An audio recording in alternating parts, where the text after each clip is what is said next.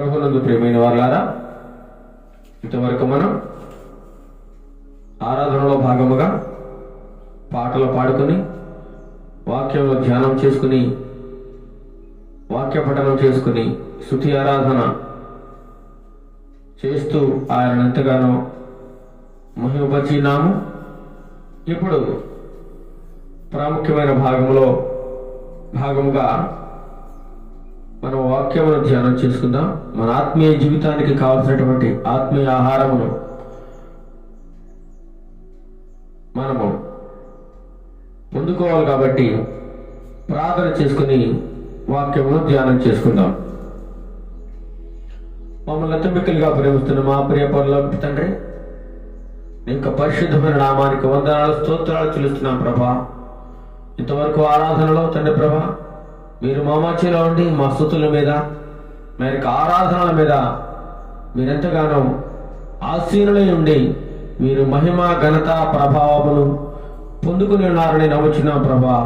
ఇప్పుడు మా ఆత్మీయ జీవితానికి కావలసినటువంటి ఆత్మీయ ఆహారమును మాకు మా అందరికీ సమృద్ధిగా దయచేయమని, వినగలిగే చెవులను, గ్రహించగలిగే మనస్సును ప్రతి ఒక్కరికి, నీ ప్రియ బిడ్డలందరికీ ఎంతమంది అయితే వాక్యములు ఉంటున్నారో వారందరికీ దయచేయమని, వాక్యమును హృదయములో భద్రముగా పదులుపరుచుకొని వాక్యానుసారమైన జీవితాన్ని జీవించడానికి నీ ప్రియ బిడ్డలందరికీ సహాయమును, నీ యొక్క కృపను మెండుగా దయచేయమని యేసుక్రీస్తు నామములో ఈ మనవలన్నీ అడిగి వేడుకొనుచున్నాము తండ్రి.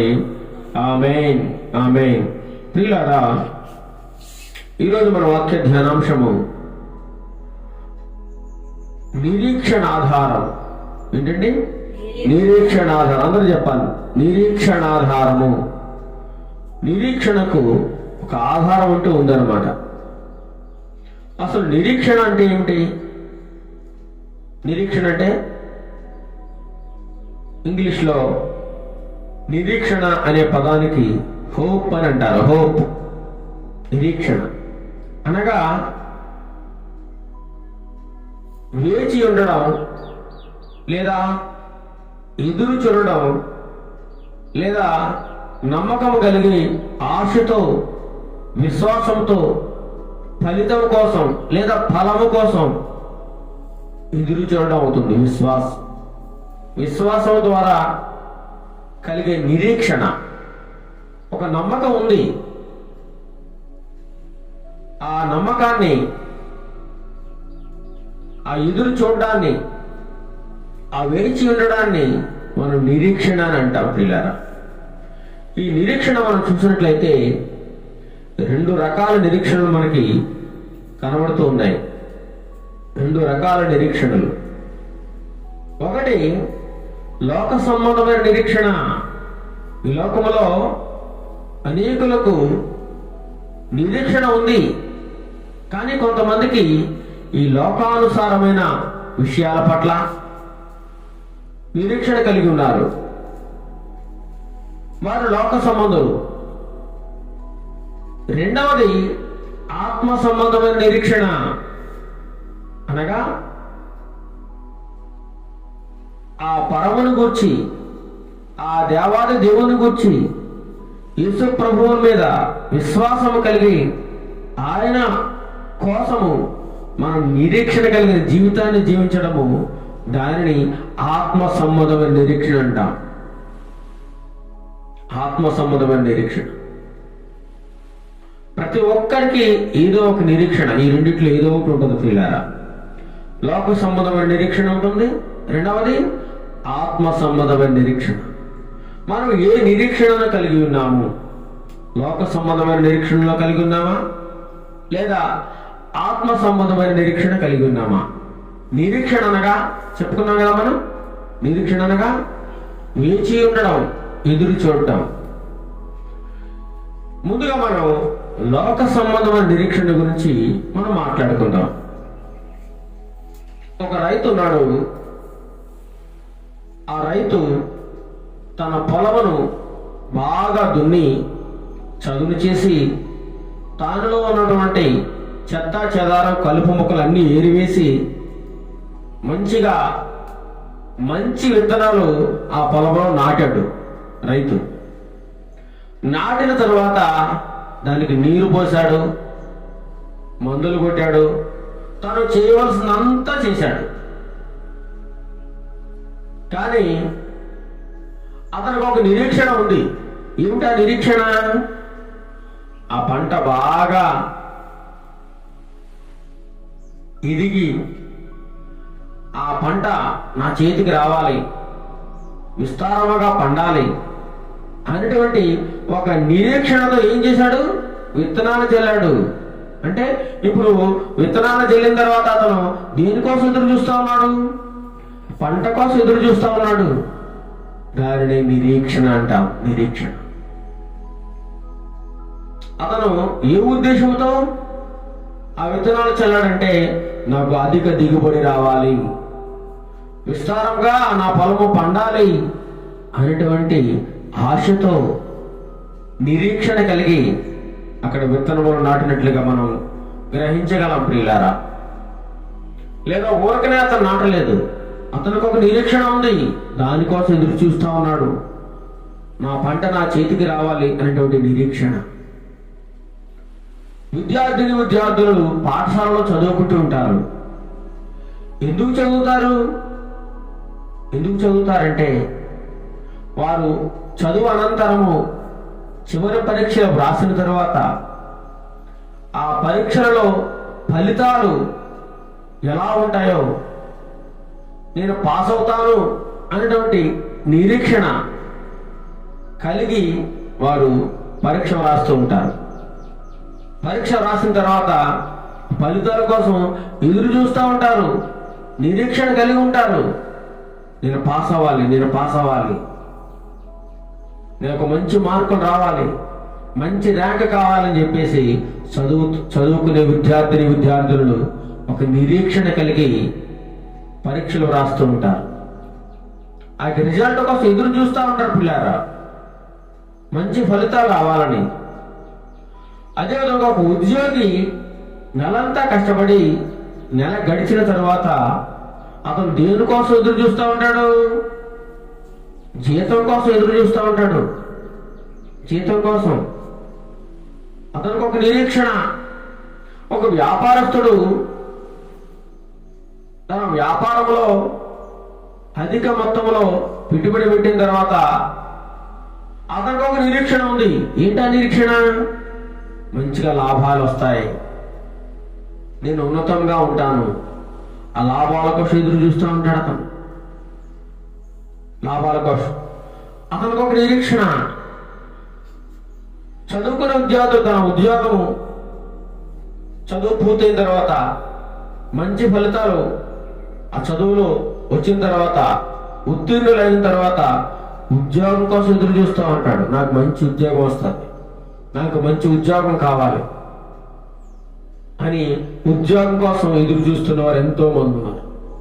వారికి ఒక నిరీక్షణ కలిగి ఉంది, నాకు ఉద్యోగం వస్తుంది అనే నిరీక్షణ. ఒక వ్యక్తి మీద నేరం మోపబడినప్పుడు అతనికి కోర్టులో ఆ జడ్జి గారు నిర్దోషిగా లేదా దోషిగా ఏ విధమైన నేరం మోపబడిందో అది నిజమా కాదా, అతను నిజానికి అతను ఏ తప్పు చేయలేదు, అన్యాయంగా అతను నేరం మోపబడింది. అతను అనుకుంటాడు, ఒక తీర్పు కోసం ఎదురు చూస్తూ ఉన్నాడు నిరీక్షణ కలిగి, నేను నిర్దోషిగా బయటికి రావాలి, కోర్టులో తీర్పు నేను నిర్దోషి అని రావాలి అనేటువంటి నిరీక్షణతో అతను ఎదురు చూస్తూ ఉన్నాడు పిల్లల. ఒక ఉన్నతమైన స్థితికి నేను ఎప్పటికైనా రావాలి, నేను నా కుటుంబం హాయిగా జీవించాలి, అదొక నిరీక్షణ. వివాహము కావాలనుకున్న వారు నాకు మంచి భర్త కావాలి అని మంచి భర్త కోసం ఎదురు చూసేవారు ఉన్నారు, అది వారి నిరీక్షణ. మంచి భార్య కావాలి అనేది నిరీక్షణ. అనారోగ్యంతో బాధపడితేవాడు బాధపడుతూ ఉన్నవారు నాకు ఆరోగ్యం కావాలి, నాకు మంచి ఆరోగ్యం కోసం ఎదురు చూస్తూ ఉంటారు. అది వారి నిరీక్షణ. కుటుంబ ఆర్థిక సమస్యలతో సతమతమవుతూ బాధపడుతూ ఉన్నవారు సమస్యల నుండి విడుదల పొందాలని వారికి ఒక నిరీక్షణ. ఇలా మనం చెప్పుకుంటూ పోతే ఈ లోకంలో ఎన్నో ఎన్నో ఎన్నో రకరకాల విషయాల పట్ల, లోక సంబంధమైన విషయాల పట్ల ఎంతో మంది నిరీక్షణ కలిగి ఉన్నారు. నిరీక్షణ, ప్రతి ఒక్కరూ ఏదో ఒక దాని కోసం ఎదురు చూస్తూ, వెయిట్ చేస్తూ, ఆశతో ఎదురు చూస్తూ ఉంటారు పిల్లలు. నిరీక్షణ అంటారా? నిరీక్షణ అనగా ఎదురు చూడటం. నేను ఉదయమనే పిల్లలను స్కూల్కి డ్రాప్ చేసినప్పుడు సాయంత్రం మళ్ళీ వారి ఇంటికి రావాలి. నా పిల్లలు ఎదురు చూస్తూ ఉంటారు, మా డాడీ వస్తాడు, మమ్మల్ని క్షేమంగా ఇంటికి తీసుకువెళ్తాడు అని ఎదురు చూస్తూ ఉంటారు స్కూల్లో పిల్లలు. వారికి ఒక నిరీక్షణ, మా డాడీ వస్తున్నాడు అనేటువంటి నిరీక్షణ కలిగి ఉన్నారు. వారు ఎలాగైనా వస్తాడు, మమ్మల్ని ఇంటికి తీసుకెళ్తాడు అనేటువంటి నిరీక్షణతో పిల్లలు ఉంటారన్నమాట. ఎదురు చూస్తూ ఉంటారు. అదే విధముగా ఈ లోక సంబంధమైన విషయాల పట్ల అనేక మంది మంచి ఇల్లు కట్టాలని, మంచిగా ఆస్తుపాస్తులు సంపాదించాలని, ఉన్నతంగా జీవించాలని ఎన్నో ఎన్నో ఆశలతో, కోరికలతో, నా జీవితం ఇంతేనా, నేను ఎప్పటికైనా బాగుపడనా అనేటువంటి నిరీక్షణ, నేను ఎప్పటికైనా బాగవుతాను, నేను మంచి స్థితిలో ఉంటాను, నేను ఉన్నతంగా జీవిస్తాను అనేటువంటి నిరీక్షణ వారిని ముందుకు నడిపిస్తూ ఉంది పిల్లలు. అనేక మంది అనేక రకాల విషయాల పట్ల నిరీక్షణ కలిగి ఉన్నట్లుగా మనం చూడగలం. నిరీక్షణ లేని వారంటే ఎవరు లేరు పిల్లలు. ప్రతి ఒక్కరికి ఏదో ఒక విషయంలో నిరీక్షణ కలిగి ఉంటారు. అది లోక సంబంధమైన నిరీక్షణ లేదా ఆత్మ సంబంధమైన నిరీక్షణ. మరి మనం దేవుని నమ్ముకున్న బిడ్డలుగా మనకు కూడా ఒక నిరీక్షణ ఉంది. ఉందా లేదా? ఉంది. ఆ నిరీక్షణ ఇహలోక సంబంధమైనది ఏమాత్రం కాదు. ఈ లోకం ఆలోచిస్తున్నట్లుగా, ఈ లోక మనుషులు ఆలోచిస్తున్నట్లుగా వారు ఎదురు చూస్తున్న నిరీక్షణ కాదు మనది. మన నిరీక్షణ పర సంబంధమైనది. ఏంటి ప్రియులారా? పర సంబంధమైనది. నువ్వు ప్రభు నమ్ముకున్నావు అంటే నీకు ఒక నిరీక్షణ ఉండాలి. నువ్వు ఎందుకోసం నమ్ముకున్నావు? దేవుని ఎరుగిన ప్రజలకు, అన్యజనులకు నిరీక్షణ కలిగి ఉన్నారు. వారు ఏదో ఒక విషయంలో నిరీక్షణ కలిగి ఉన్నారు. కానీ ప్రభువును నమ్ముకున్న మనకు మరి ఎటువంటి నిరీక్షణ ఉంది? మన నిరీక్షణ ఏంటి? మనం ఎందుకు ప్రభువు నమ్ముకున్నాం? ఎందుకు ప్రతి ఆదివారము క్రమం తప్పకుండా చర్చకు వస్తున్నాం? ఎందుకు ప్రభువుని ఆరాధించడానికి వెళుతున్నాం? ఎందుకు పాటలు పాడుతున్నాం? ఎందుకు ప్రార్థన చేస్తున్నాం? ఎందుకోసం ఉపవాసం ఉంటున్నాం? ఎందుకోసం మనం కానుకలు సమర్పిస్తున్నాం? చెప్పండి. ఇదంతా మనం ఎందుకు చేస్తున్నాం? ఎందుకు ప్రభువును ఆరాధిస్తున్నట్లు, ఆయనను మనం ఎందుకు నమ్ముకున్నట్లు? మన నిరీక్షణ ఏంటి? దేనిని ఆశించి మనం ఈ భక్తి చేస్తున్నాం? దేనికోసం ఈ ప్రార్థన? దేనికోసం ఈ ఉపవాసం? దేనికోసం ఈ పాటలు పాడడం? ఏమి సాధించాలని పిల్లలు. క్రైస్తవులుగా మనకున్నటువంటి నిరీక్షణ ఏమిటి? మన నిరీక్షణకు ఆధారం ఏంటి? ఎందుకు ఈ విధంగా జీవిస్తున్నాము అని మనం ఎప్పుడైనా ఆలోచించామా? మన గమ్యస్థానం ఎక్కడ? ఎందుకు ఈ భక్తి చేస్తున్నాము అని మనం ఆలోచించినట్లయితే, కొంతమంది అంటారు, అయ్యా మీరు ప్రభువును ఎందుకు నమ్ముకున్నారు అని అడిగినట్లు, అయ్యా నాకు ఉద్యోగం రావాలని. ఏంటండి? ఉద్యోగం రావాలని ప్రభువు నమ్ముకున్నాడంట. సరే, ఉద్యోగం వచ్చింది, అయిపోయింది. ఇంకా ఏం కావాలి? నేను లైఫ్లో సెటిల్ అవ్వాలి, నాకు మంచి భార్య దొరకాలి,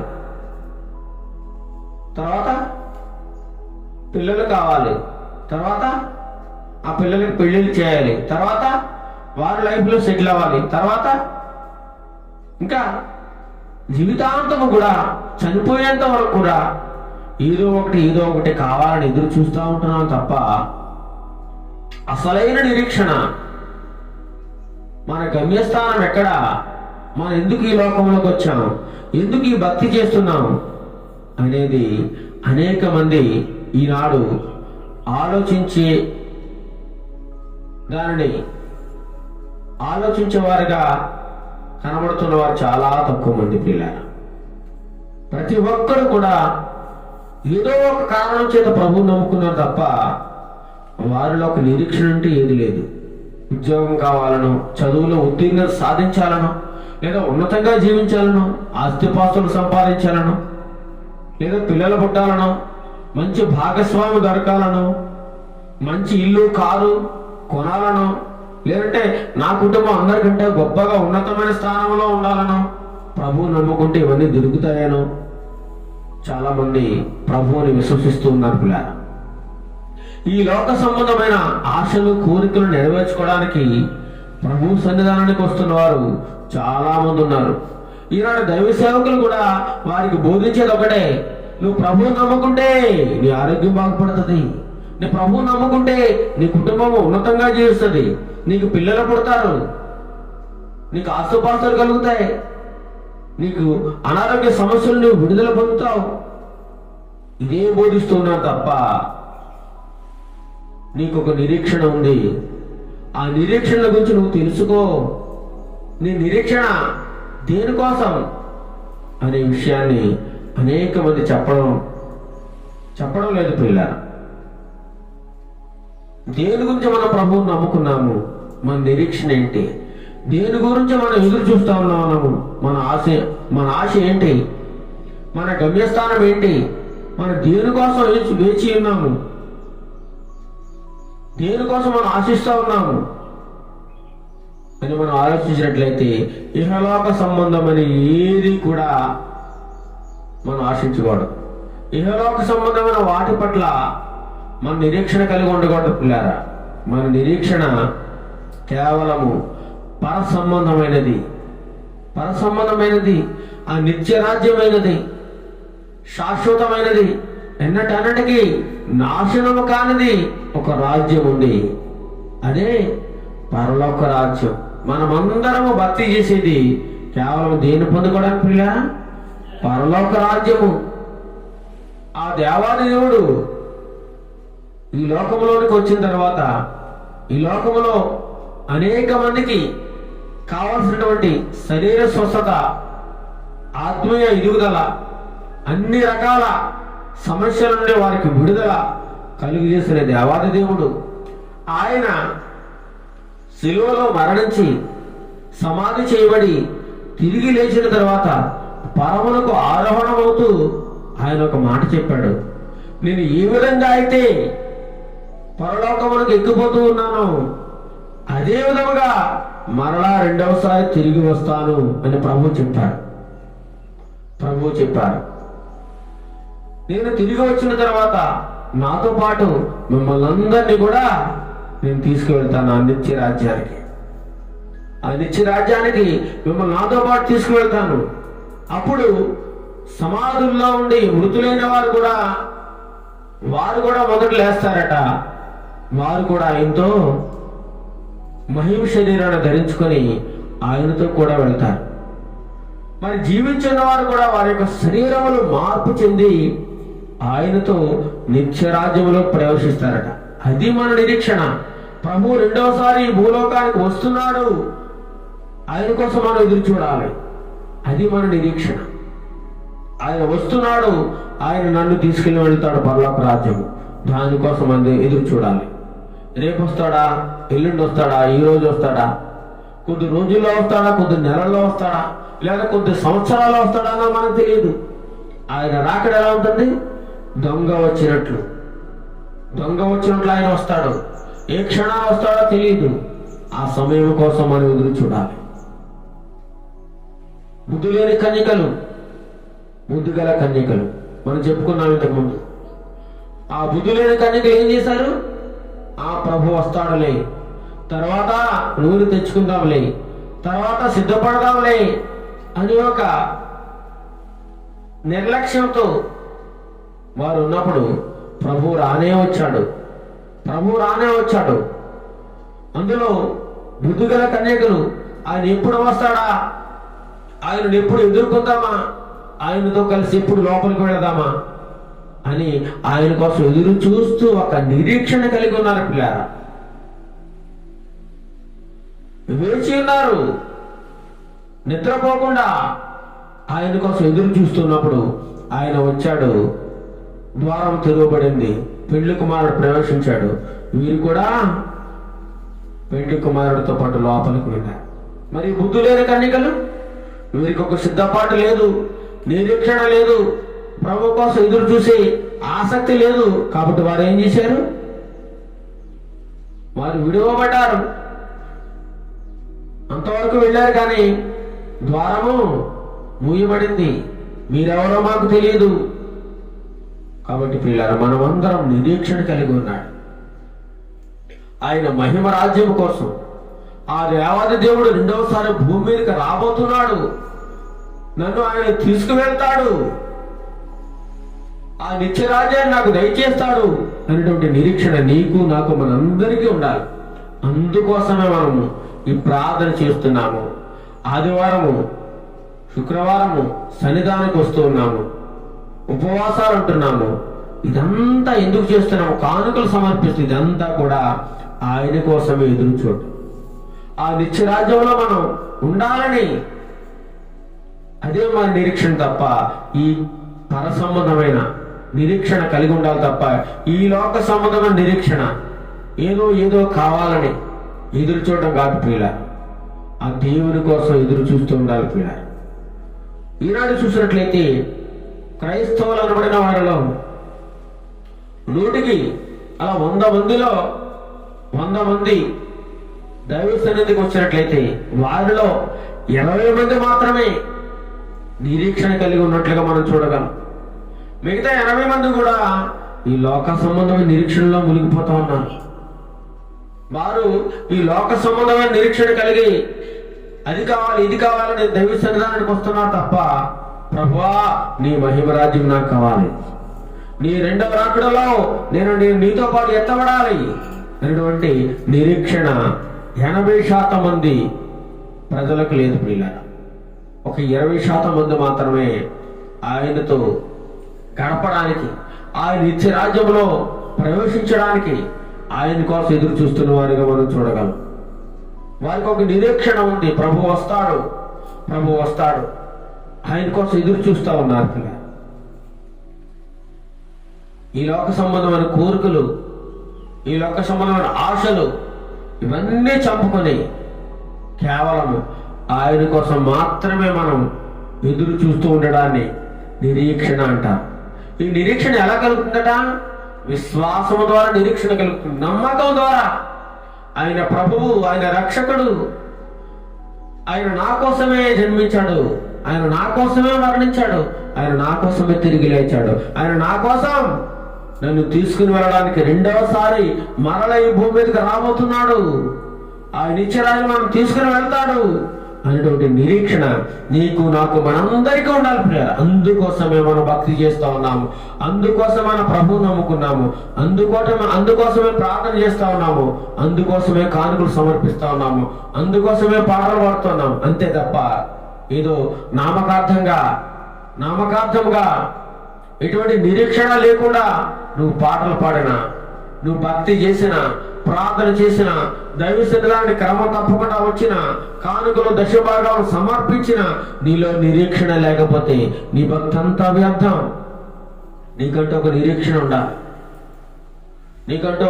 ఉండాలి.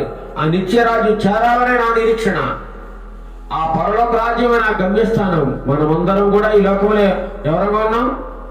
యాత్రికులం, యాత్ర చేస్తున్నాం ఈ లోకంలో. మన యాత్ర ముగించి ఏదో ఒక రోజున మనం అక్కడికి వెళ్ళిపోవాలి. మనం ఎక్కడ ఉండైతే వచ్చామో మళ్ళీ అక్కడికి వెళ్ళిపోవాలి. ఏ ఉద్దేశంతో మనల్ని దేవుడి భూమి మీదకి పంపించాడో ఆ ఉద్దేశాన్ని నెరవేర్చి సఫలం చేసి మళ్ళీ తిరిగి మనం వెళ్ళిపోవాలి ప్రియులారా. కేవలం మనం యాత్రికులుగా ఉన్నాం ఈ లోకంలో. చాలా మంది అనుకుంటారు, దేవుడు నాకు ఈ జీవితాన్ని ఇచ్చింది చక్కగా ఎంజాయ్ చేయడానికి, ఆనందించడానికి, విలాసవంతమైన జీవితాన్ని గడపడానికి, మంచిగా ఆస్తుపాస్తులు సంపాదించుకోవడానికి, మంచి భార్యని వివాహం చేసుకోవడానికి, మంచి భర్తను వివాహం చేసుకోవడానికి, మంచి పిల్లలను కనడానికి నా జీవితాన్ని దేవుడిచ్చాడని అందరూ అనుకుంటుంటారు చాలా మంది. కానీ కాదు ప్రియులా, కాదు. మనకి ఈ జీవితాన్ని ఇచ్చింది ఆయనతో గడపడానికి, ఆయనలో ఆనందించడానికి, ఆయనతో కలిసి జీవించడానికి, ఆయన మార్గములో నడవడానికి, ఆయన చెప్పినట్లు జీవించడానికి ఈ జీవితాన్ని ఇచ్చాడు తప్ప మన ఇష్టానుసారంగా జీవించడానికి కాదు ప్రియారా. అది తెలియక ఎంతో మంది తమ జీవితాన్ని, విలువైన జీవితాన్ని పాడు చేసుకుంటూ సాతాను మాయలో పడి ఈ లోకపు ఆశలతో, ఈ లోకపు కోరికలతో వారికి ఇష్టమైన జీవితాన్ని జీవిస్తూ చివరికి నాశనం చేసుకుని ఎటువంటి నిరీక్షణ లేకుండా తమ జీవితాన్ని అర్ధాంతరంగా ముగిస్తున్న వారు ఎంతో మంది ఉన్నారు పిల్లలు. అలా ఉండకూడదని దేవుని వాక్యం సెలవిస్తూ ఉంది. మనకంటూ ఒక నిరీక్షణ కావాలి. ప్రియ సహోదరి సహోదరుడా, ఈ ఉదయకాల సమయంలో దేవుడు నీతో మాట్లాడుతున్న వాక్యం ద్వారా నీకు ఎటువంటి నిరీక్షణ ఉంది? లోక సంబంధమైన నిరీక్షణ కలిగి ఉన్నావా, లేదా ఆత్మ సంబంధమైన నిరీక్షణ? ఆ దేవుని కోసం నువ్వు ఎదురు చూస్తూ ఉన్నావా? ఆ యేసయ్య కోసం నువ్వు ఎదురు చూస్తూ ఉన్నావా? ఆ నిత్యరాజ్యం కోసం నువ్వు నిరీక్షణ కలిగి ఉన్నావా? ఒక్కసారి ఈ ఉదయకాల మనల్ని మనం పరీక్ష చేసుకుందాం. ఈ క్షణంలో యేసు ప్రభు వారు ఈ భూమి మీదకి రెండవసారిగా వస్తుంటే నువ్వు ఎలా ఉన్నావు? సిద్ధపడి ఉన్నావా? నిరీక్షణ కలిగి ఉన్నావా? ఆయనతో వెళ్ళడానికి నువ్వు సిద్ధంగా ఉన్నావా? ఒకసారి నిన్ను నువ్వు ఆలోచించుకో. దేని యందు మనం నిరీక్షణ కలిగి ఉన్నాం? చూద్దాం వాక్యంలో. కీర్తన గ్రంథము 42వ కీర్తన 5వ చరణం చదవండి. 42వ కీర్తన 5వ చరణం. నా ప్రాణమా నీవేలా కృంగి ఉన్నావు, నాలో నీవేళ తొందరపడుచున్నావు. దేవుని యందు నిరీక్షణ ఉంచము. చదవండి. ఆయనే నా రక్షణకర్తనియు నా దేవుడనియు చెప్పుకొనుచు ఇంకను నేను ఆయనను స్తుతించదను. కోరహ కుమారులు రాస్తూ ఉన్నారు కీర్తన భాగమును. ప్రాణంతో చెప్తాం, నా ప్రాణమా నీవేళ కృంగి ఉన్నావు, నువ్వెందుకు బాధపడుచున్నావు, నువ్వెందుకు వేదన పడుచున్నావు? ఈ లోక సమస్యలని నువ్వు నీ మీద వేసుకొని ఎందుకు నలిగిపోతూ ఉన్నావు? ఎందుకు నువ్వు తొందరపడుచున్నావు? దేనికోసం నీ తొందర? దేనికోసం నీ ఆరాటం? ఏమి సాధించాలని, ఎక్కడికి వెళ్ళాలని నీ ఆరాటం?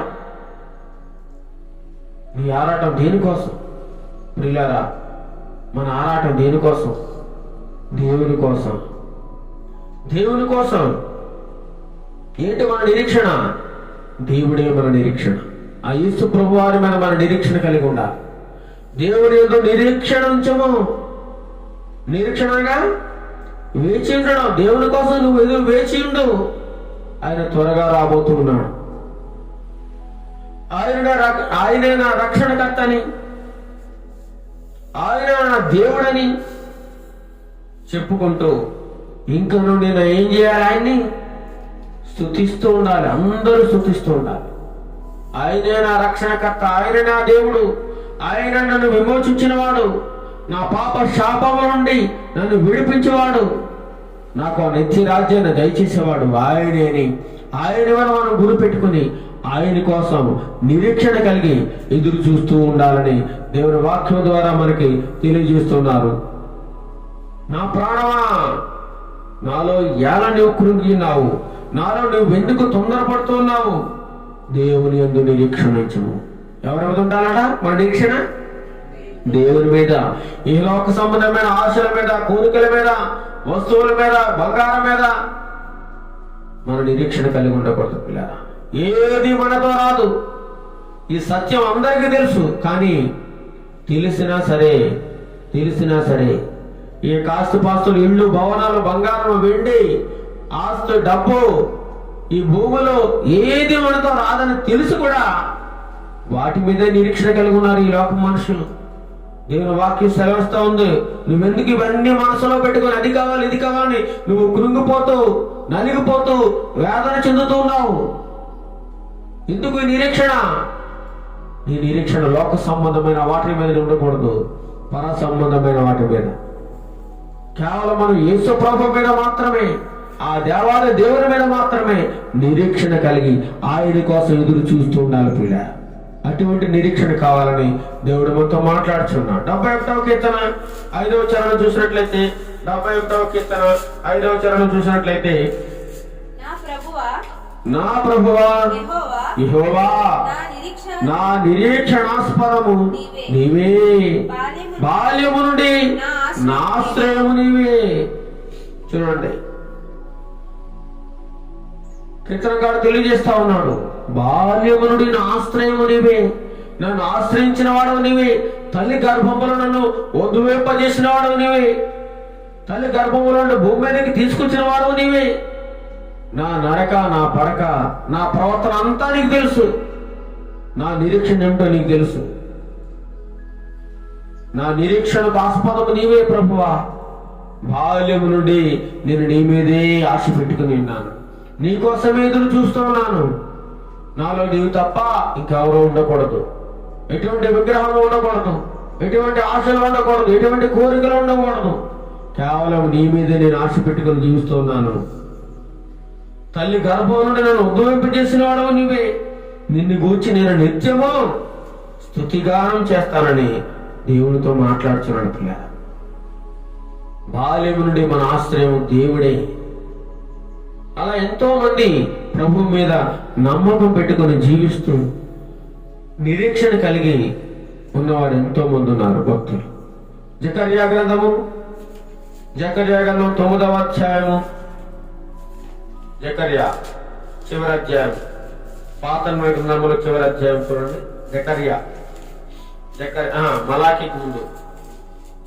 మలాఖీకి ముందు జకర్యా 9వ అధ్యాయము 12వ వచనం చూద్దాం.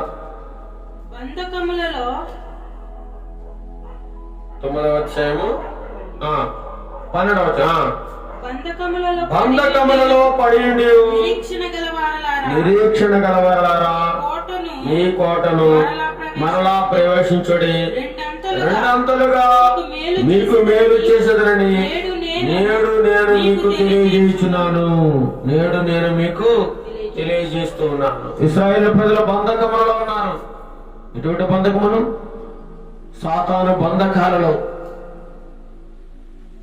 సాతాను కట్లతో కట్టబడి ఉన్నారు. ఈనాడు కూడా అనేక మంది సాతాను కట్లతో, ఈ లోకపు ఆశలతో బంధింపబడి ఉన్నారు. అలాంటి వారిని అందరినీ కూడా విడుదల చేయడానికి, విడిపించడానికి ఈ లోకానికి యేసు ప్రభు వారు వచ్చినట్లుగా మనం చూడగలం పిల్లలు. బంధకాల్లో పడి ఉండి మమ్మల్ని ఎవరు విడిపిస్తాడా, ఎవరు రక్షిస్తారా అని ఎదురు చూస్తున్న సమయంలో ప్రభు వారు వారిని విడిపించినట్లుగా, వారిని రక్షించినట్లుగా ఈ లోకానికి వచ్చినట్లు మనం చూడగలం.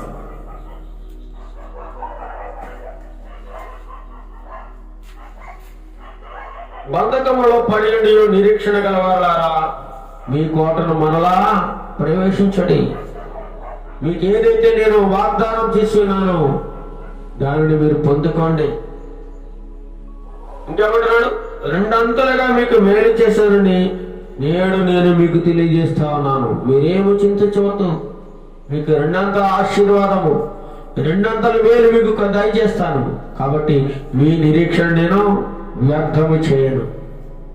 మీరు దేని విషయంలో నిరీక్షణ కలిగి ఉన్నారో మీరు దానిని పొందుకుంటారని దేవుని యొక్క వాగ్దానము మనకి ఉదయ కాల సమయంలో తెలియజేస్తా ఉన్నాడు. అపోస్తల కార్యములు 2వ అధ్యాయము 26వ వచనం చూద్దాం. అపోస్తల కార్యములు 2వ అధ్యాయము 26వ వచనం చూసినట్లయితే, అపోస్తల కార్యము 2వ అధ్యాయము 26వ వచనం. కావున నా హృదయము ఉల్లసించెను, నా నాలుక ఆనందించెను, నా శరీరము కూడా నిరీక్షణ కలిగి నిలకడగా ఉండును. దావీదు చెప్తా ఉన్నాడండి. దావీదు మాటలు ఇక్కడ గుర్తు చేస్తా ఉన్నాడు. ఆయన గురించి దావీదు ఎట్లా 25వ చరణం, నేను ఎల్లప్పుడూ నా ఎదుట ప్రభువును చూసుచుంటని, ఆయన నా కుడి పార్శ్వన ఉన్నాడు కనుక నేను కదల్చబడను. ఆయనకు ఒక నిరీక్షణ కలిగి ఉన్నాడు దావీదు మహాభక్తుడు. ఆయన మీద ఒక గొప్ప గురి పెట్టుకుని ఉన్నాడు. ఆయనే నా దేవుడు, ఆయనే నా రక్షణకర్త, ఆయన ఎందు నేను ఆనందిస్తాను, ఆయనే నన్ను విడిపించగల సమర్థుడు, ఆయన రక్షించడకు సమర్థుడు, నన్ను ఉన్నతమైన స్థానంలో నిలవబెట్టగలడు అని ఒక గొప్ప నిరీక్షణ చిన్నతనం నుండి కలిగి ఉన్నాడు పిల్లలు, చిన్నతనం నుండి. కాబట్టి నా హృదయం ఉల్లసించను, నా నాలుక ఆనందించను, మరియు నా శరీరము కూడా ఏమి కలిగి ఉందట? నిరీక్షణ కలిగి ఉంది. ఈ శరీరం కూడా ఆయన కోసం ఎదురు చూస్తూ ఉందట, నిరీక్షణ కలిగి ఉందని దావీదు భక్తుడు తెలియజేస్తా ఉన్నాడు. మరి మనము ఆయన కోసం నిరీక్షణ కలిగి ఉన్నామా? మన శరీరంతో ఇటువంటి పాపపు కార్యములు, నీచమైన కార్యములు, శరీర సంబంధమైన కార్యములు చేస్తూ ఉన్నామా? ఇప్పుడు మనం నిరీక్షణ ఏమైపోతుందండి? నిరీక్షణ ఉంటుందా? మనకి ఏమాత్రం ఉండదు. దేవునికి దూరం అయిపోతావు. నీలో ఇటువంటి నిరీక్షణ ఉండవు. లోక సంబంధమైన విషయాల పట్ల నువ్వు ఇష్టం కలిగి జీవించినట్లయితే నీలో దేవుని పట్ల నిరీక్షణ లేదు. అబ్రాహాముకు ఒక నిరీక్షణ ఉంది. చదవండి రోమీయులకు రాసిన పత్రిక 4వ అధ్యాయము 18వ వచనంలో కనబడుతుంది. అబ్రాహాముకు ఒక నిరీక్షణ ఉంది. నీ సంతానము ఇలాగుండునని చెప్పేదాన్ని బట్టి తాననేక జనములకు తండ్రి అయినట్లు నిరీక్షణకు ఆధారం లేనప్పుడు అతడు నిరీక్షణ కలిగి నమ్మెను. అబ్రహాంకు ఒక గొప్ప నిరీక్షణ ఉంది. ఆ సమయంలో నిరీక్షణకు ఆధారం లేదట. ఎందుకంటే అతను వృద్ధాప్యంలో ఉన్నాడు. దేవుడు ఎప్పుడో చెప్పాడు, నీ సంతానం నిష్క 2 నెలలు చేస్తాను, నిన్ను ఆశీర్వదిస్తాను, నీ గర్భంలోని గొప్ప గొప్ప చక్రవర్తులు, గొప్ప గొప్ప రాణువారు పుడతారు, నీ వంశాన్ని విస్తరింపజేస్తాను అని చెబుతూ ఉన్నాడు దేవుడు. కానీ సమయం గతించిపోతా ఉంది, సంవత్సరాలు గతించిపోతా ఉన్నాయి. వృద్ధాప్యంలోకి వచ్చేసాడు అబ్రహాం. నమ్మకం లేదు, నమ్మడానికి అవకాశం కూడా లేదు. పిల్లలు పుట్టే వయసు కూడా అయిపోయింది. వృద్ధుడైపోయాడు. నిరీక్షణకు ఆధారమే లేకుండా పోయింది. దేవుడేమో నిన్ను గొప్ప జనాంగముగా చేస్తాను, నీలో నుండి గొప్ప జనాంగాన్ని నేను బయటికి తీసుకొస్తాను, నువ్వు అనేక జనాలకు తండ్రిగా ఉంటావు అని దేవుడు చెప్తా ఉన్నాడు. కానీ వయసు అంతా అయిపోతుంది. నిరీక్షణకు ఆధారం లేనప్పుడు అబ్రహాము ఏం చేశాడంటే, నమ్మాడే లేదా? నమ్మకం పెట్టుకున్నాడు. నిరీక్షణకు ఆధారం లేని సమయంలో కూడా ఆయన నమ్మాడు. అక్కడ అంటున్నాడు చూడండి, నీ సంతానం ఇలాగుండునని చెప్పిన దానిని బట్టి తాను అనేక జనములకు తండ్రి అయినట్లు నిరీక్షణకు ఆధారం లేనప్పుడు అతడు నిరీక్షణ కలిగి నమ్మాను. నన్ను ఇప్పటికన్నా దేవుడు దీవిస్తాడు అనేటువంటి ఆశ నీలా ఉండాలి. ఆ కోరిక ఆయన యందు నువ్వు బలముగా స్థిరపరచుకోవాలి. అబ్రహాము నమ్మాడు, అది అతనికి నీతిగా ఎంచబడింది. అందుకే అబ్రహాముని ఏమంటారంటే విశ్వాసులకు తండ్రి. గొప్ప సాక్ష్యాన్ని పొందుకున్నాడు. వృద్ధాప్యంలో పిల్లలు పుడతారన్నప్పుడు కొంతమంది అయితే నమ్మరు. ఈ సమయంలో అయితే ఒక ముసలివాడిని తీసుకొచ్చి, అయ్యా నీకు పిల్లలు పుడతారు అంటే నమ్ముతాడా? నాకేందా 100 సంవత్సరాల వయసులో 90 సంవత్సరాల వయసు నాకు పిల్లలు పుట్టడం అంటే? నాకు వయసు అంతా అయిపోయింది, నాకు పిల్లలు పుట్టే ఛాన్స్ లేదు. నమ్మడు. కానీ అబ్రహాము నమ్మాడు దేవుని మాట. అక్కడ దీనికి ఒక నిరీక్షణ ఉంది. ఏమిటా నిరీక్షణ? దేవుడు మాట చెప్పాడంటే తప్పకుండా నెరవేరుస్తాడు. నా జీవితంలో దేవుడు ఆ యొక్క మాటను స్థిరపరుస్తాడు అని అబ్రహాము నిరీక్షణ లేని సమయంలో కూడా నిరీక్షణ కలిగి నమ్మాడట. పిల్లలు పుడతారు, నాకు దేవుడు సంతానాన్ని దయచేస్తాడు అని ఒక నమ్మకంతో అబ్రహాము జీవించినప్పుడు తప్పకుండా నమ్మకాన్ని దేవుడు స్థిరపరిచాడు. దేవుడు మాట ఇచ్చి తప్పేవాడు కాదు పిల్లరా. దేవుడు ఒక మాట ఇచ్చాడు నీ యొక్క జీవితంలో అంటే తప్పకుండా నెరవేరుస్తాడు. కాకపోతే ఏం చేయాలి? నువ్వు ఎదురు చూడాలి, నిరీక్షణ కలిగి ఉండాలి, నువ్వు ఒక ఆశ పెట్టుకొని ఉండాలి. తప్పకుండా దేవుడు నీ నిరీక్షణను వృధా చేయడు పిల్లారా. నీ నమ్మకాన్ని ఆయన ఎప్పుడు కూడా వమ్ము చేయడు. నువ్వు ఏదైతే కావాలని అడిగావో, ఏదైతే నువ్వు కోరుకున్నావో తప్పకుండా దేవుడు నీకు దయచేస్తాడు. దేవుడు ఆయన అంటున్నాడు, నీవు ఊహించేదానికంటే అడిగేదానికంటే ఇంకా అత్యున్నతంగా నువ్వు ఊహించలేవు. దావీదు భక్తుడు ఊహించలేదు, నేను ఒక మహారాజు అవుతాను, ఇశ్రాయేలు జనాంగానికి నేను ఒక చక్రవర్తిగా సింహాసనంలో కూర్చుంటాను ఆయన ఎప్పుడు అనుకోలేదు. ఎక్కడో అడవిలో గొర్రెలు కాసుకుంటూ ఉన్నాడు, పేద కుటుంబంలో జన్మించాడు.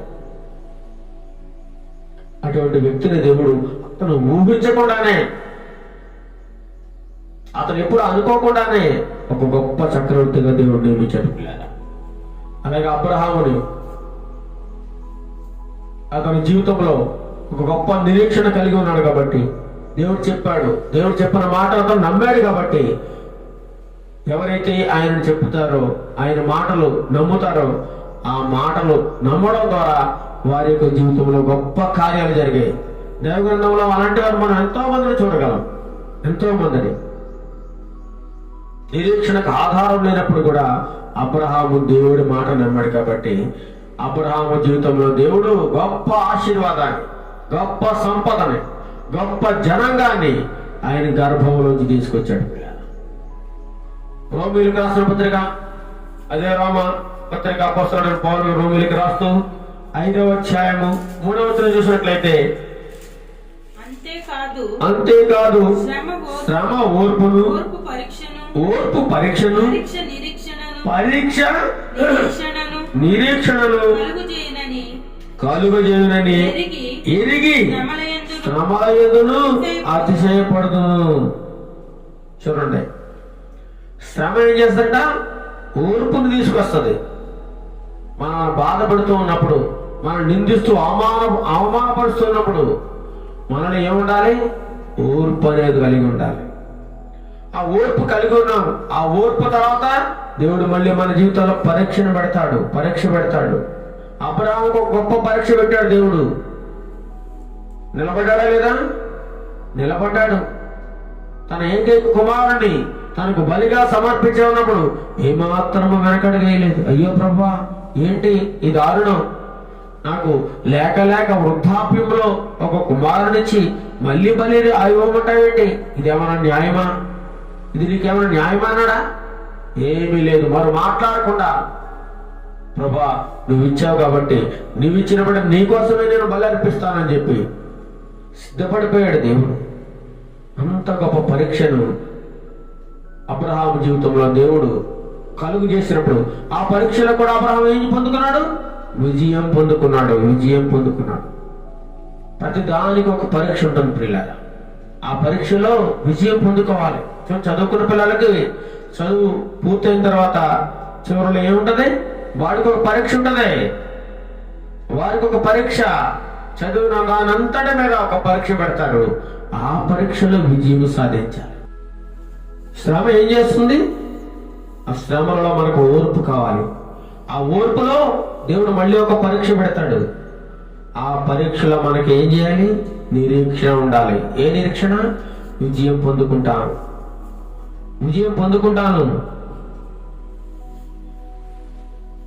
ఆ నిరీక్షణ మనకు కలిగి ఉండి శ్రమలందు కూడా మనం ఏం చేయాలట? అతిశయపడాలట. బాధ పెడుతూ ఉంటే కూడా మిమ్మల్ని హింసించి మీ మీద అబద్ధముగా చెడ్డ మాటలల్లా పలుకుచున్నప్పుడు మీరు ధన్యులు, మీరు సంతోషించి ఏం చేయాలట? ఆ సమయంలో ఆనందించాలట. ఈనాడు ఉన్నారు అలాంటి వారు?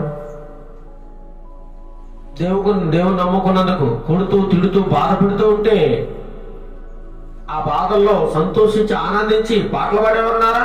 పౌలులాగా, పౌలు శీలలాగా? లేదండి.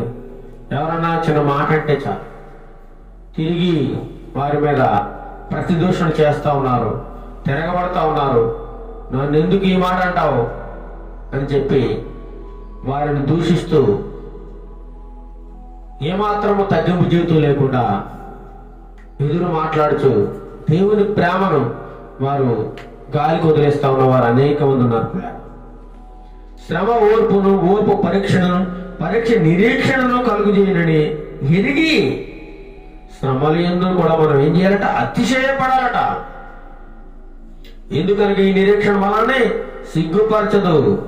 ఏ నిరీక్షణ అయితే మనం కలిగి ఉన్నామో, ఏ గురి అయితే మనం కలిగి ఉన్నామో, ఎవరి కోసం అయితే మనం ఎదురు చూస్తున్నామో, దేని విషయంలో మనం ఎదురు చూస్తున్నామో, దేనిని ఆశిస్తున్నామో, ఆ ఆశ మనల్ని సిగ్గుపరచదు. ఆ నిరీక్షణ మనల్ని సిగ్గుపరచదని నేను వాక్యం ద్వారా దేవుడు సెలవిస్తా ఉన్నాడు పిల్లారా.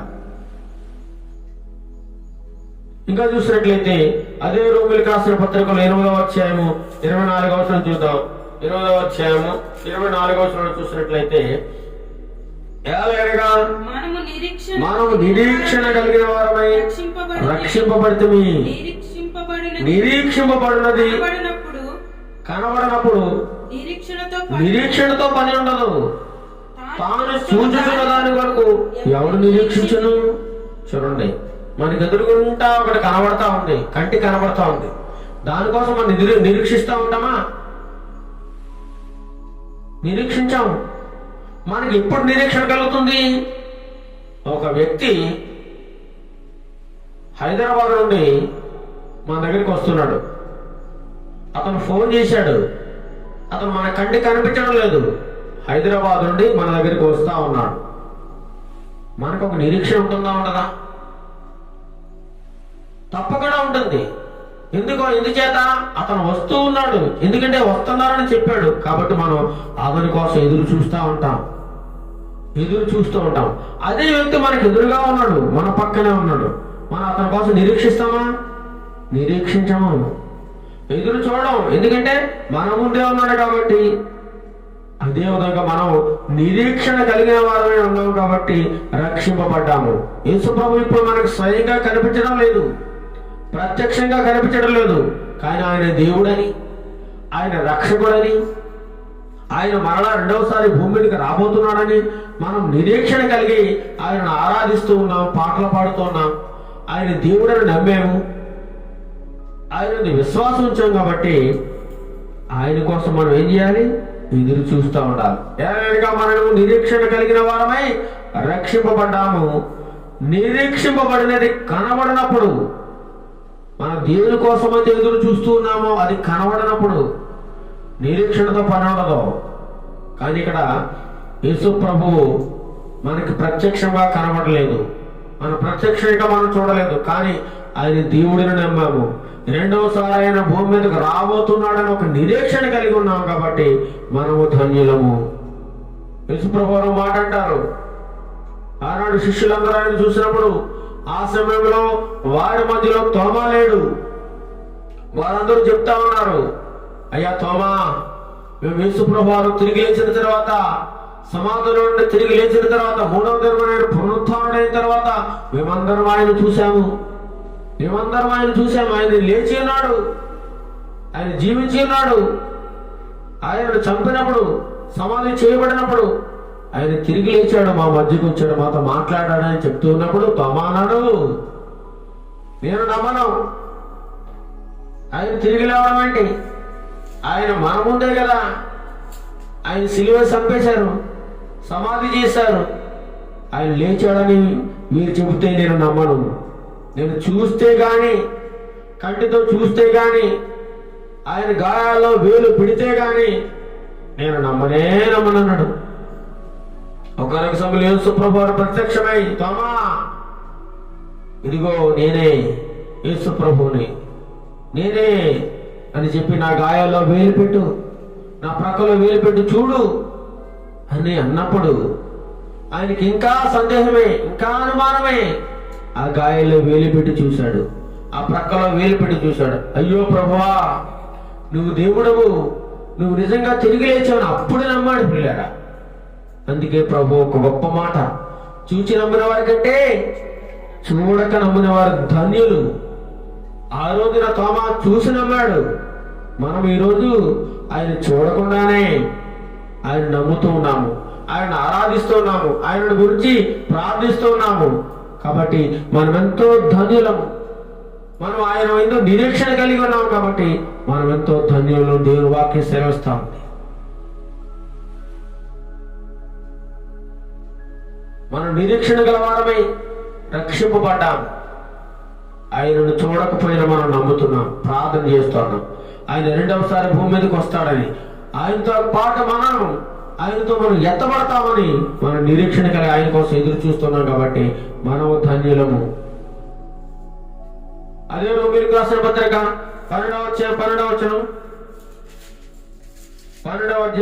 వచనం, నిరీక్షణ గలవారే సంతోషించుచు.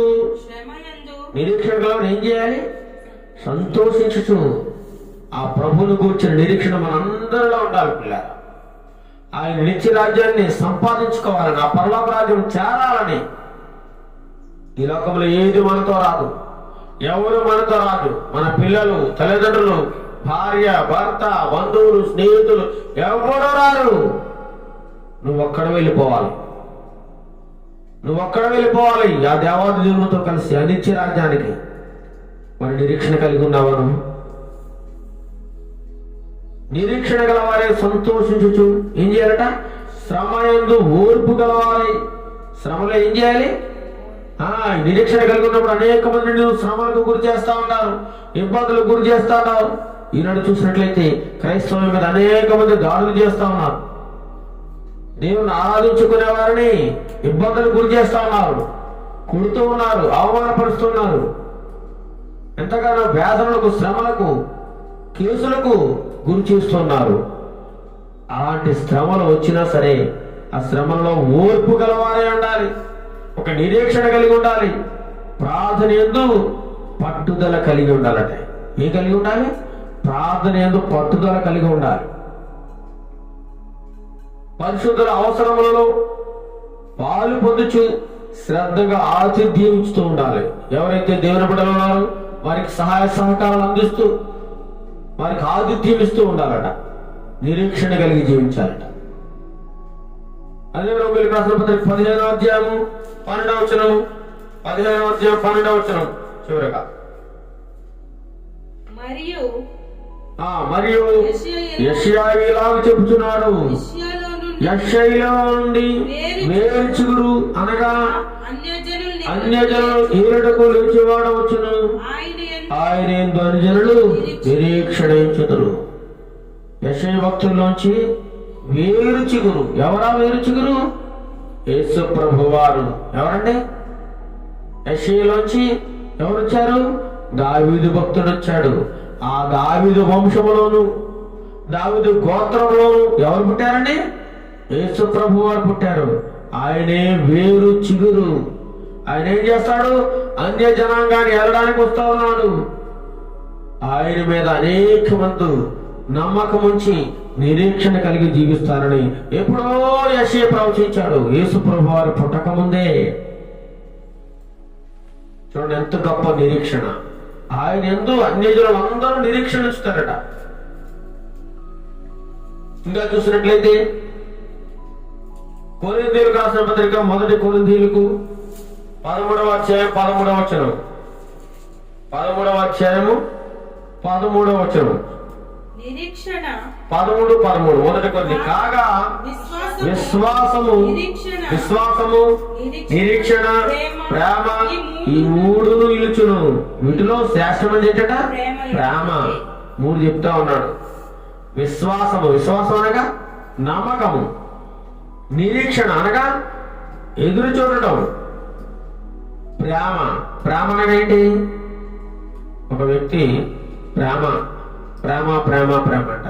పాటలు పాడుతుంటాం, కానీ వాడి జీవితంలో ప్రేమే ఉండదు.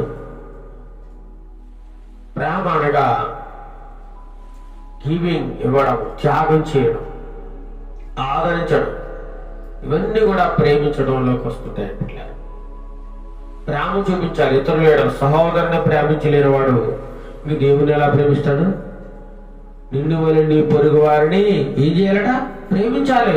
నిన్ను నువ్వు ఎంతగా ప్రేమించుకుంటావో, నిన్ను నువ్వు ఎంతగా చూసుకుంటూ ఉంటావో అదేవిధంగా ఇతరులను కూడా చూడాలి. అది దేవుని ప్రేమ. ఆ ప్రేమను కలిగి ఉండాలి. దేవుని విశ్వాసం ఉంచాలి. ఆయన కోసం ఎదురు చూస్తూ ఉండాలి. అటువంటి నిరీక్షణ, ఈ మూడు ఎవరైతే కలిగి ఉంటారో వారు ధన్యులు. ఈ మూడు ఎప్పటికీ నిలిచి ఉంటాయి. వీటిలో శ్రేష్టమైనది ఏంటంటే ప్రేమకే మొదటి ప్రాధాన్యత ఇచ్చాడు. ప్రేమ కలిగి ఉండాలి. దేవుడు నువ్వు నాకు ఇష్టము, దేవుడు అంటే నాకు ఎంతో భక్తి అని నోటి మాటలతో చెప్పడం కాదు, ప్రేమ కలిగి జీవించాలి. ఆ ప్రేమని క్రియల ద్వారా చూపించాలి, కార్యరూపంలో చూపించాలి. విశ్వాసులకు ఏమవసరం అండి? నిరీక్షణ చాలా అవసరం. నిరీక్షణ చాలా అవసరం. గలతీయులకు రాసిన పత్రిక 5వ అధ్యాయం 5వ వచనం. గలతీయులకు రాసిన పత్రిక 5వ అధ్యాయం 5వ వచనం. ఏలయనగా మనము విశ్వాసం గలవారై నీతి కలుగును అను నిరీక్షణ సఫలమగునని ఆత్మ ద్వారా ఎదురు చూస్తున్నాము. ఏలయనగా మనం విశ్వాసం గలవారమై నీతి కలుగునను నిరీక్షణ సఫలమగునని ఆత్మ ద్వారా ఎదురు చూస్తా ఉన్నామట. విశ్వాసం ద్వారా మనకి నిరీక్షణ కలుగుతుంది. దేవుని వాక్యం సెలవిస్తూ ఉంటాం. విశ్వాసం ద్వారా, నమ్మడం ద్వారా నీకు నీ హృదయంలో ఒక గొప్ప నిరీక్షణ వస్తుంది. నేను ఆ నిత్యరాజ్యం చేరతాను అనే ధైర్యము, ఆ పరలోక రాజ్యాన్ని నేను స్వతంత్రించుకుంటాను, ఆ రక్షణానందాన్ని నేను స్వతంత్రించుకుంటాను అనేటువంటి గొప్ప నిరీక్షణ నీ హృదయంలో దేవుడు కలుగు చేస్తూ ఉంటాడు. పిల్లల కొలస్సీయులకు రాసిన పత్రిక 1వ అధ్యాయము 3వ వచనం. కొలస్సీయులకు రాసిన పత్రిక 1వ అధ్యాయము 3వ వచనంలో చూసినట్లయితే, పరలోకమందు మీ కొరకు ఉంచబడిన నిరీక్షణను బట్టి క్రీస్తు యేసునందు మీకు కలిగిన విశ్వాసమును గూర్చి పరిశుద్ధులందరి మీద మీకున్న ప్రేమను గూర్చి మేము విని ఎల్లప్పుడూ మీ నిమిత్తము ప్రార్థన చేయుచున్నామట. కొలస్సీ సంఘములో ఉన్నటువంటి పరిశుద్ధులకు రాస్తా ఉన్నాడు. ఎవరండి? అపోస్తలుడైన పౌలు గారు తిమోతి గారు శుభం అని చెప్తా రాస్తా ఉన్నాడు. పరలోకమందు మీ కొరకు ఏమించబడిందట? నిరీక్షణ. పరలోకం ఉంది, పరలోకం అనేది ఒకటి ఉంది. దాని గురించి మీరు నిరీక్షణ కలిగి ఉన్నారు. మీకు కలిగిన విశ్వాసం గురించి, పరిశుద్ధులందరి మీద మీకున్న ప్రేమను గురించి మేము విని ఏం చేస్తున్నాం? మీకోసం ప్రార్థన చేస్తా ఉన్నాం. కాబట్టి మనం ఒక నిరీక్షణ కలిగి ఉన్నాం. మరొక మన కొరకు దాచించబడిన ఒక నిత్య ధనం ఉంది, నిత్య రక్షణ ఉంది. పరలోకంలో మీ కొరకు ఉంచబడిన ఏంటట? నిరీక్షణ. పరలోకంలో మన కోసం దేవుడు దాచి ఉంచాడు. ఆ రక్షణను, ఆ యొక్క ఆనందాన్ని, ఆ సంతోషాన్ని మనందరం సొంతం చేసుకోవాలంటే ఆ నిత్యరాజ్యం ఎల్లప్పుడూ సంతోషం, ఆనందం, ఆకలి లేదు, దాహం లేదు. అక్కడ పెళ్లికి ఇవ్వడు, పెళ్లి చేసుకోరు. ఎల్లప్పుడూ సంతోషమే, ఆనందమే, నిత్యము యుగయుగములు ఆయనతో ఉంటాం సదాకాలము. అటువంటి రాజ్యాలను పొందుకోవాలని ఒక నిరీక్షణ మనందరికీ ఉండాలి. పిల్లారా 1వ తెస్సలోనికీయులకు రాసిన పత్రిక 1వ తెస్సలోనికీయులకు దాని పక్కనే కలిసిన తర్వాత 4వ అధ్యాయము 13వ వచనం.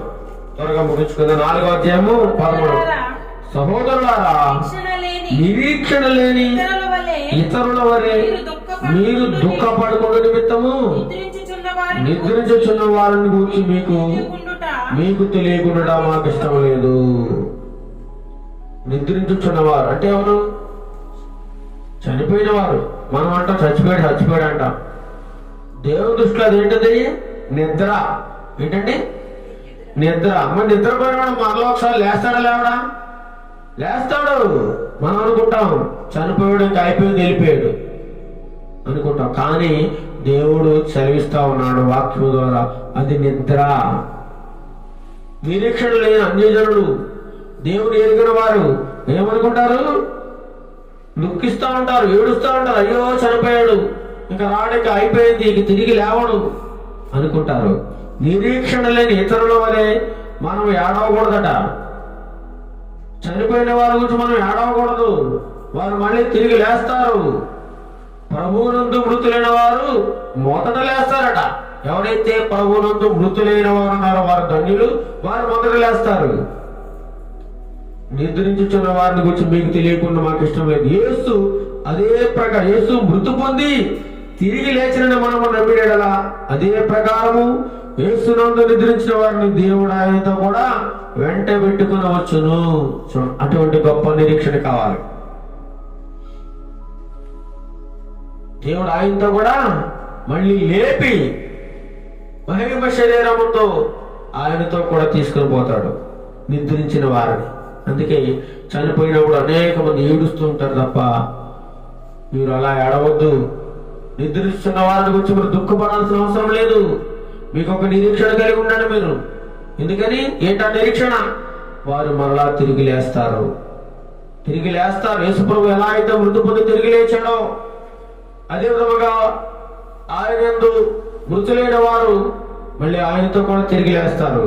ఆయన వెంటబడుకుని ఆయన నిత్య రాజ్యంలోనికి వెళతాడని చెప్పి దేవుని వాక్యం సెలవిస్తా ఉంది. పిల్లలు, నిద్రించిన వారిని దేవుడు ఆయనతో కూడా వెంటబెట్టుకుని వచ్చును. తీతుకు రాసిన పత్రిక తిమోతి తర్వాత 1వ అధ్యాయం 2వ వచనంలో కనబడుతుంది. నిత్య జీవమును గూర్చిన నిరీక్షణతో కూడిన భక్తికి ఆధారమగు సత్య విషయమైన అనుభవ జ్ఞానము. నిత్య జీవమును గూర్చిన నిరీక్షణ కలిగి ఉండాలి. దేనికోసం ఆ నిరీక్షణ? ఆ నిత్య జీవాన్ని పొందుకోవాలని. మనం చేసే భక్తి అంతా దేని గురించి పిల్లరా?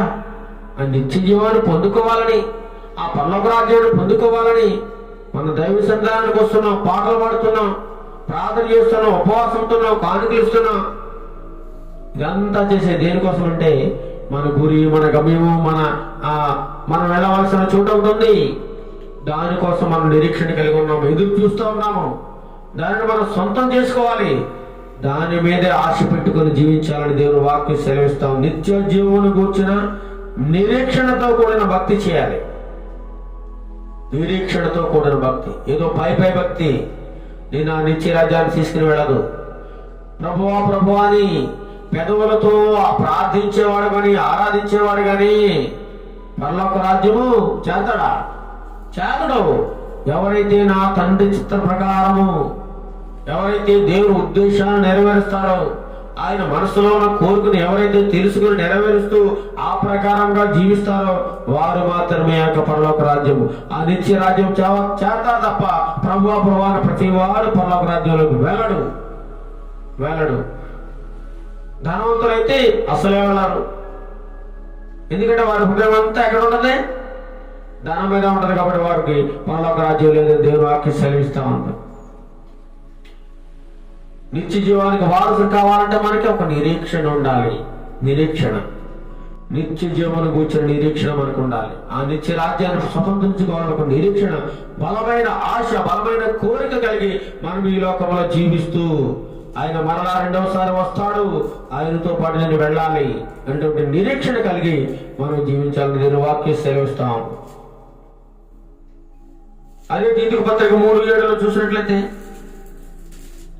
3:7 నిత్య జీవన కూర్చొని నిరీక్షణను బట్టి దానికి వారసుల మొగుటగై ఆ పరిశుద్ధాత్మను మన రక్షకుడు యేసు క్రీస్తు ద్వారా ఆయన మన మీద సమృద్ధిగా కుమ్మరించారు.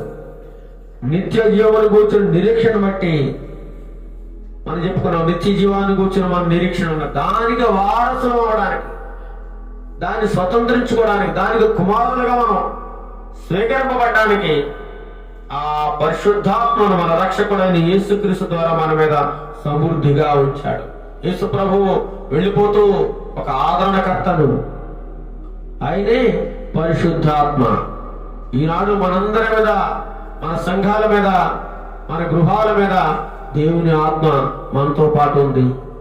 కాబట్టి మనము ఇంకనూ జీవిస్తూ ముందుకు సాగుతున్నాము. దేవుని ఆత్మ మనకు తోడుగా ఉంది కాబట్టి. హెబ్రీయులకు రాసిన పత్రిక 6వ అధ్యాయం 9వ వచనం. హెబ్రీయులకు రాసిన పత్రిక 6వ అధ్యాయం 9వ వచనం.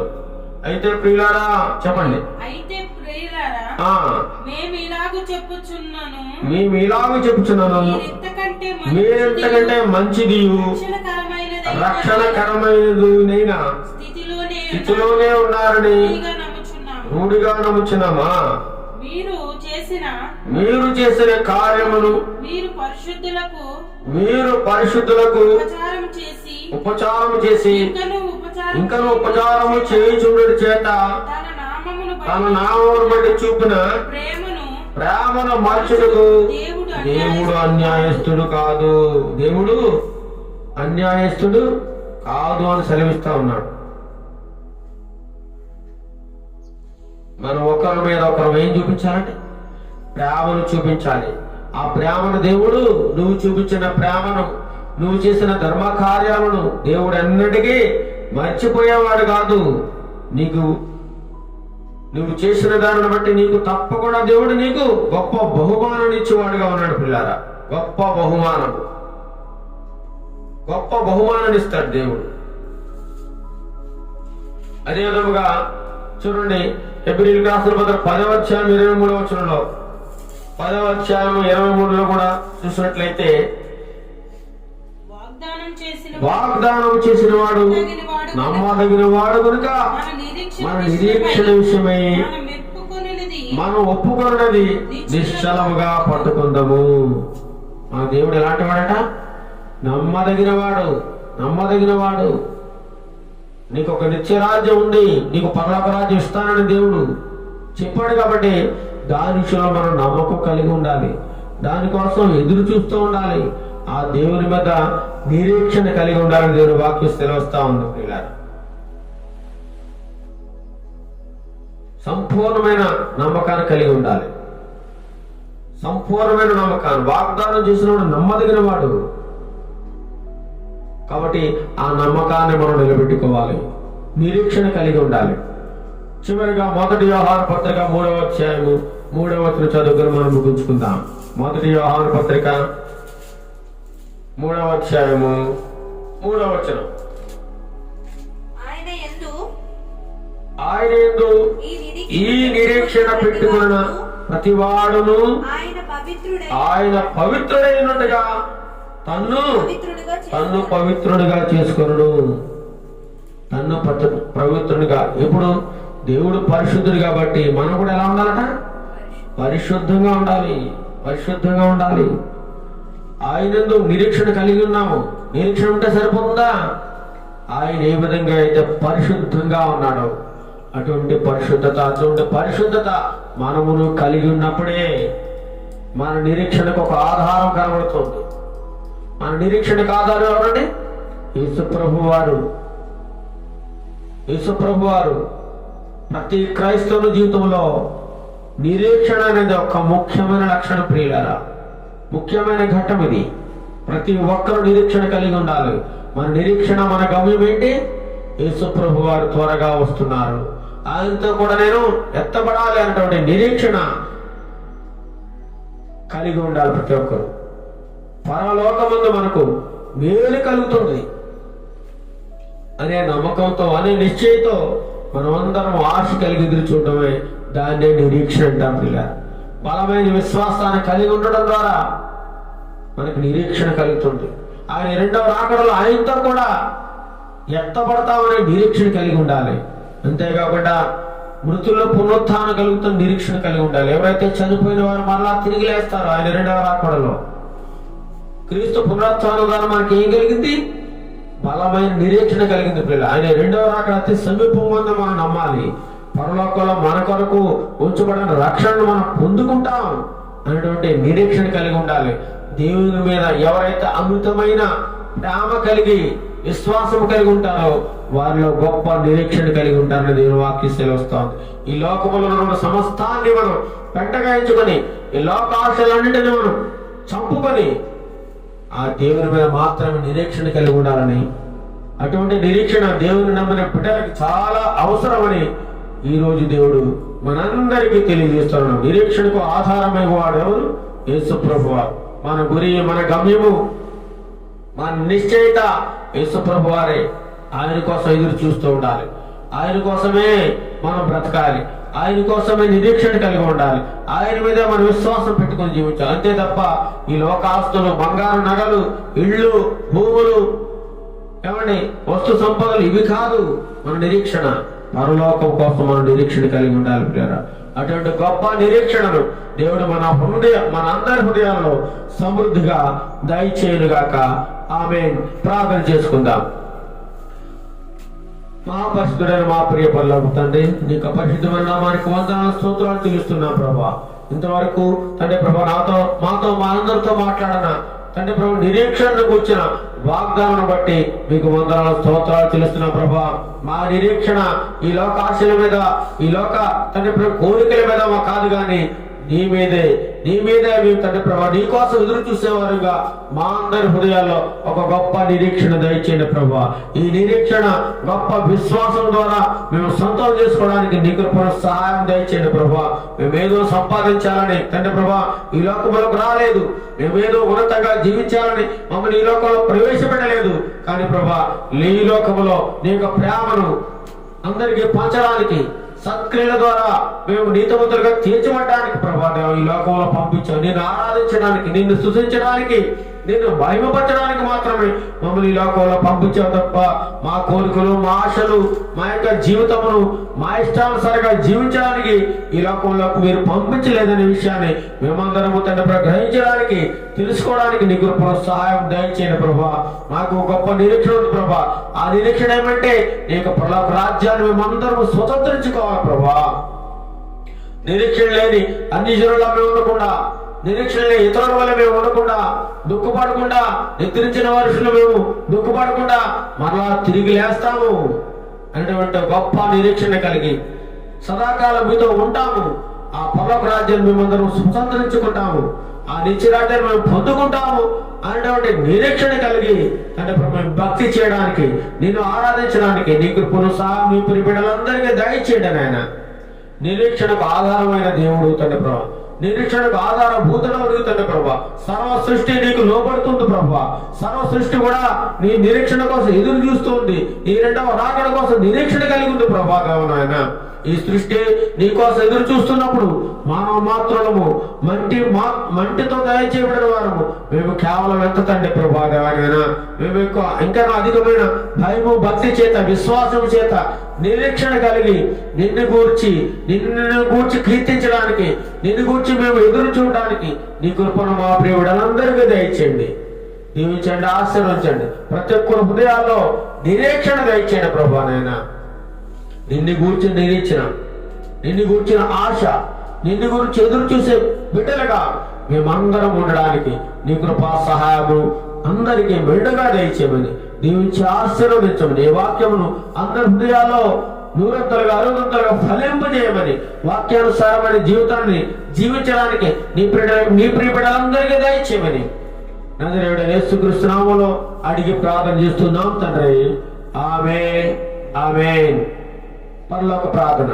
పరలోకమందున మా తండ్రి, నీ నామము పరిశుద్ధపరచబడును గాక, నీ రాజ్యం వచ్చును గాక, నీ చిత్తం పరలోకమందు నెరవేర్చినట్లు భూమి మీద నెరవేరును గాక.